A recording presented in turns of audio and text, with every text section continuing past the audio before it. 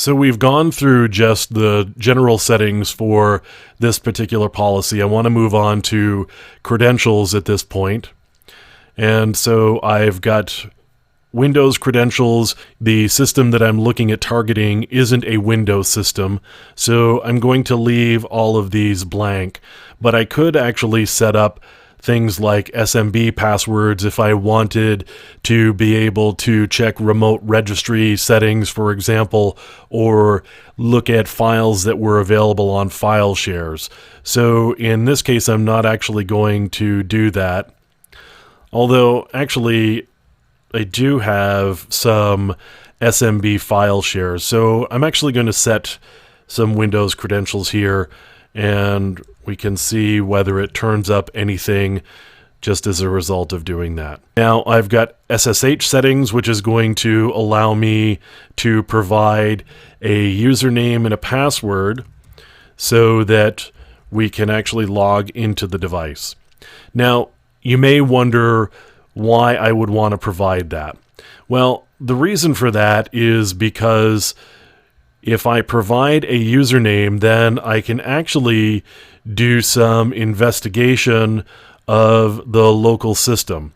In this case, I do actually happen to know a login here. In some cases, many cases, you may be doing some sort of black box testing where you don't have a username and password, and you would actually have to go digging for that. In this case, I do happen to have a login on the device, and so I want to provide some credentials for that so that it can log in, and we'll do some local checks in addition to the network checks that we would otherwise be doing. So I'm not going to do anything with Kerberos because I'm not doing any Kerberos or anything like Active Directory, which uses Kerberos. So I'm going to leave those alone. And I've got some clear text protocol settings here. So if I had Telnet running, for example, or RShell or RExec or the R protocols, I could specify a username.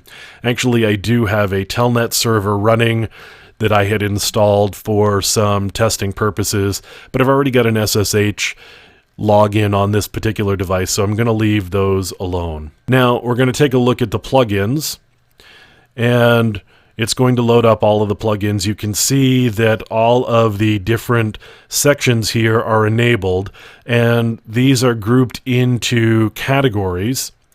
So we've got a number of different categories here. And I'm going to scroll back up to the top. You can see backdoors. We've got 88 plugins. CGI abuses. We've got 2,514, and so on. So there are a number of different plugins that are in different categories. At the moment, I've actually got everything turned on. I could go and pick and choose and mix and match, but Nessus will do a pretty good job of running the plugins that are needed based on what's been found. Now we can go over to the Preferences tab over here, and we can load up a number of different preference types.